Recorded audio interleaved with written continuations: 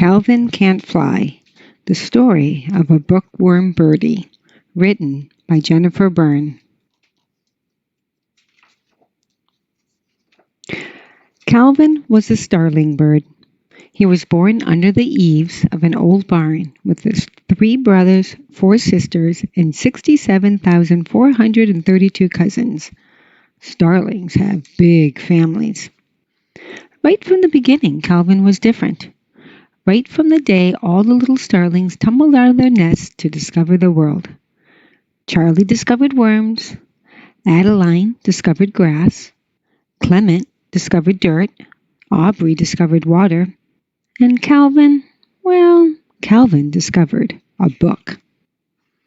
While all of Calvin's cousins chased beetles, bugs, and ants, Calvin was learning to read letters, words, and sentences. At night, his cousins dreamed of insect eating and garbage picking. Calvin dreamed of adventure stories, legends, and poetry. He even dreamed that someday he'd become a great writer himself. On June 1st, when all the little starlings lined up for flying lessons with their teacher, Mr. Wingstead, Calvin was nowhere to be seen. "Where is that bird?"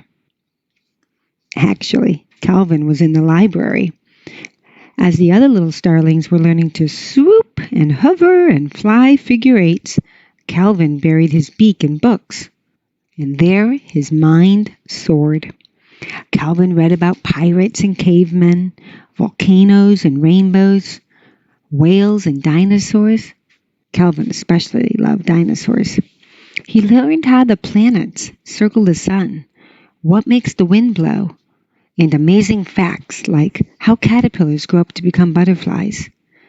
His book took him to places wings never could, and his heart fluttered with excitement.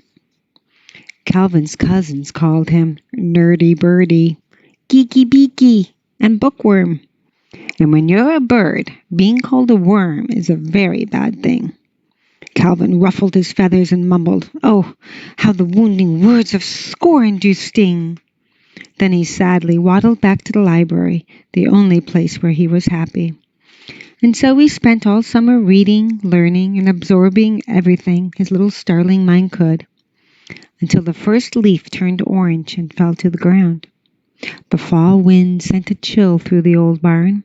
Summer's nests blew to the floorboards. It was time to head south. His cousins warned, "Calvin, you better learn to fly. In a couple of days, we've got to be out of here."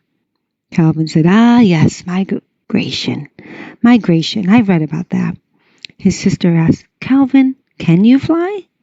Calvin had to admit he couldn't.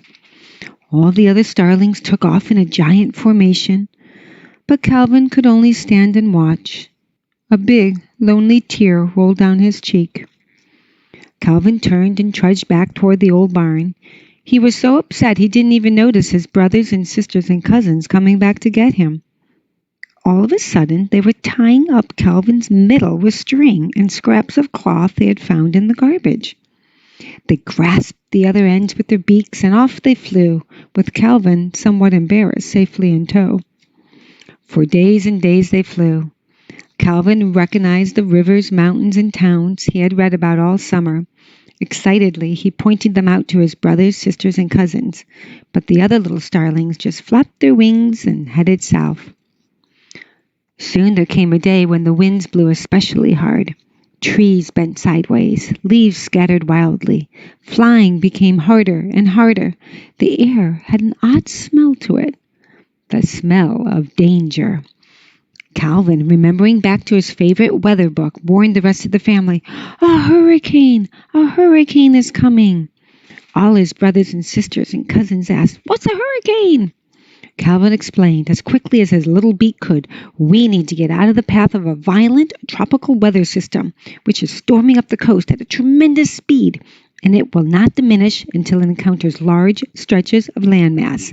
Everybody, make haste into that cave." They had no idea what Calvin was saying, but they had to admit it did sound real. So the flock made a loop-de-loop left and a dipsy-doodle right and dove into the cave. They did everything Calvin told them to. To their amazement, A great storm did blow across the land. It thundered over the mountains. It roared through the villages. It smashed and crashed, rumbled and raged, just as Calvin had predicted. The whole big starling family gathered together, watching in fear and awe. The storm finally ended. The sun came out in the sky, and the starlings came out of their cave. They were safe and sound, all because of Calvin. They celebrated with a great starling party in honor of Calvin. They ate big juicy worms and yummy crunchy beetles. They danced and sang songs about how Calvin had saved their lives. They toasted Calvin with acorn caps filled with fresh, clear mountain water. Calvin was so happy and felt so good deep down inside that he jumped and hopped and danced and flapped his wings and flapped his wings and flapped his wings. All the other starlings looked at him in amazement.